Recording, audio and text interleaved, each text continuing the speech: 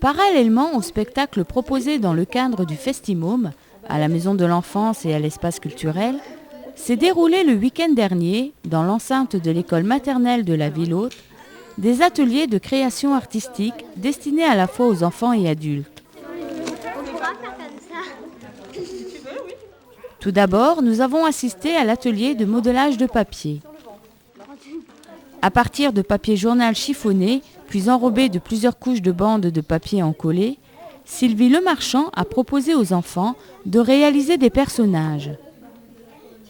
Nous avons rencontré Aurélien, Léa et Suzanne qui nous dévoilent les différentes étapes de fabrication de ces êtres en papier. On prend du papier journal, on coupe des bandes, on fait d'abord de la colle à tapisser. Après on prend une feuille de papier, on fait la tête, on fait une grosse boule. Après on fait les bras, on prend une feuille de papier, on la plie en deux. Et après, on replie et on enroule. Et pour les pieds, c'est la même. Et après, on fait le corps. On le plie, mais d'une autre façon, on plie comme ça. On prend une feuille, on la plie une fois. Après, on la replie dans l'autre sens. Et après, on la plie toute fine. Et après, ça fait le corps. Mais juste autour, là, tu vois. J'ai terminé aussi. Je fais l'habit de la poupée pour qu'elle a de la couleur et pour qu'on ne voie pas que trop le papier journal. C'est pas difficile. Il y a que du papier et de la colle et qu'on colle. Quand j'en faisais, on peut mettre aussi autour des bras. Continuer autour des bras, autour des jambes et de la tête. Voilà. Moi, C'est vraiment dégoûtant. On avait découpé le corps, les bras et la tête avec les jambes. Et puis après, on les a assemblés. Et puis, on a mis de la colle avec des bandes pour que ça tienne. Et puis après, on a un peu attendu et puis on fait les habits. Un atelier jugé par les enfants pas trop difficile, mais très intéressant. Voici un compte-rendu complet de Xavier.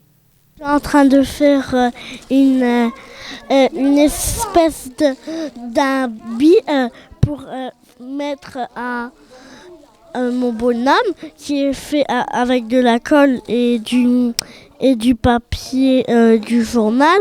Et aussi pour faire des formes, on a tout plein de choses pour les faire. Et là dans le dos, on doit accrocher comme ça et on doit faire un beau nœud. Mais attention, il faut qu'en dessous là, il y ait une autre tête parce que sinon ça pourrait pas tenir et les jambes ils pourraient tomber. Et parce que on peut choisir la forme qu'on veut et aussi après, plus tard, il faut que le temps que ça sèche et après, il faut que ça sèche, comme je viens de le dire. Et après, on a la forme et quand on arrive à la maison, il faut le prendre et le mettre à sécher sur le radiateur. Est-ce que c'est difficile à faire ? Non, pas très difficile, mais il faut aussi faire beaucoup de choses et ça dure aussi longtemps à faire et ça fait aussi, il faut mettre plusieurs couches et ça met longtemps à faire. Alors, c'est quelque chose quand même qui t'a intéressé ? C'était bien ? Ouais, c'était très bien, ça m'a intéressé très beaucoup. Parce qu'avant, je pensais que ça n'existait pas des trucs comme ça. Et après, j'ai pensé que ça serait une bonne idée. Alors ma maman, elle m'a inscrit. Merci Xavier pour toutes ces informations. Maintenant, tournons-nous vers un autre atelier, le Land Art. Elisabeth Legros, animatrice de cet atelier, nous explique de quoi il s'agit. Le land art, on travaille avec les éléments naturels. Donc tout ce qu'on trouve dans la nature, tout est bon, les cailloux, la terre, enfin absolument tout. Et puis voilà, on utilise les choses végétales à la place des tubes de peinture. Voilà, on peut travailler avec les doigts, avec tout, etc. Vous initiez le land art à des enfants. Alors comment travaillez-vous avec les enfants ? Je leur fais analyser un petit peu. Donc on travaille en premier. Là, on a choisi d'avoir une démarche très abstraite. Donc ils ont fait un fil, comme un morceau de laine qui se déroulerait. Et à l'intérieur des formes qu'ils ont trouvées, donc ils ont travaillé la couleur librement, vraiment comme ça, quoi. En fait, c'est selon l'imagination de chacun. Chacun, oui, oui. Et puis quelquefois, les enfants, ils ont vraiment une idée déjà dans la tête, bien construite de couleurs et de formes. Et parfois, ils voient au fur et à mesure les choses qui se développent et puis ils en font quelque chose d'intéressant aussi. Voilà. Si tu en as un petit peu, tu sais, tu peux les démonter. Tu peux aussi les mettre autour. Je fais du land art. Du land art, c'est faire à base de choses naturelles, de faire un paysage ou des formes. Alors qu'est-ce que tu as fait toi? Des paysages ou des formes? J'ai fait surtout une forme. C'est une forme. Alors quel matériau as-tu utilisé? De la pomme de pin, du bambou,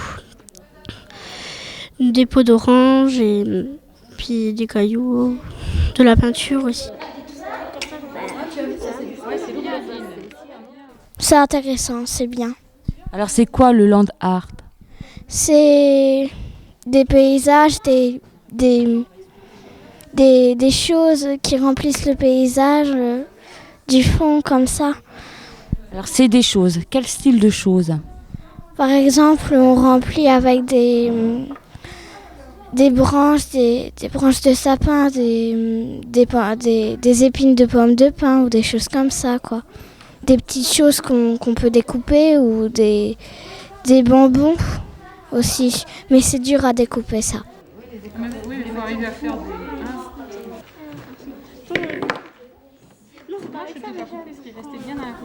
On dirait une forêt végétale, des plantes comme ça avec du sable. Moitié jardin, moitié désert, quoi. C'est assez difficile quand même? Un peu. Parfois, Parfois, on a des questions, mais pas trop simples, quoi. C'est la première fois que tu fais ça? La deuxième.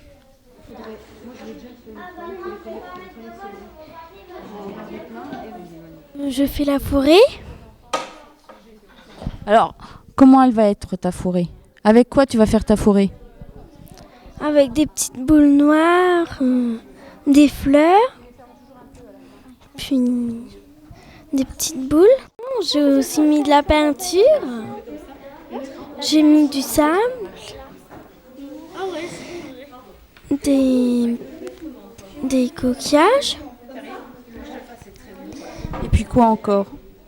des branches d'arbres. Et puis mon prénom.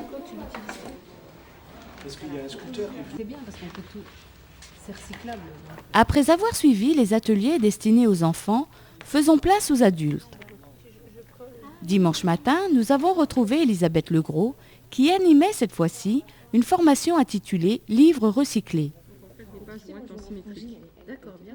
Prenant pour support des livres d'enfants usés, livres d'histoire, de poésie, des vieux annuaires téléphoniques, qui avec des collages, des peintures, prendront une deuxième vie et deviendront des œuvres d'art à part entière, à regarder ou à feuilleter. Les personnes présentes ont pu laisser libre cours à leur imagination. Curieux de découvrir des techniques artistiques nouvelles, gageons que tous transmettront leur savoir-faire. Et après, on va assembler tout ça pour faire une sculpture. À la table voisine, Sylvie Lemarchand a appris aux adultes présents 2 techniques de modelage de papier différents. La première sur une base de papier chiffonné et la deuxième sur une base de fil de fer mise en forme entourée de papier encollé. Un atelier où il faut avoir des idées, certes, mais aussi avoir du sens artistique, aimer les matières et prendre des initiatives personnelles. Un pari réussi pour les acteurs de ces ateliers et les organisateurs.